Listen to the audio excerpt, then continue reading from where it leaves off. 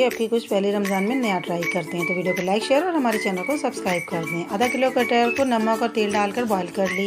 अब एक दूसरा बाउल लेंगे, आधा कप पोहा लेंगे, इसे अच्छे से वॉश कर लेंगे और इसे मैश कर लेंगे किसी भी मैशर की हेल्प से।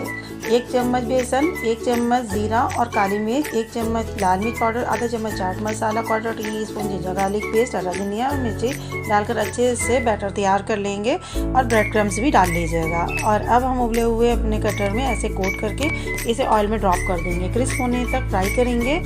तो इस रमज़ान इस रेसिपी को ज़रूर ट्राई करिएगा। आपके यहाँ कटहल को क्या कहा जाता है कमेंट बॉक्स में ज़रूर मेंशन करिएगा। वीडियो पसंद आए वीडियो को लाइक शेयर और हमारे चैनल को सब्सक्राइब जरूर कर दीजिएगा और इसे गर्मा गर्म आप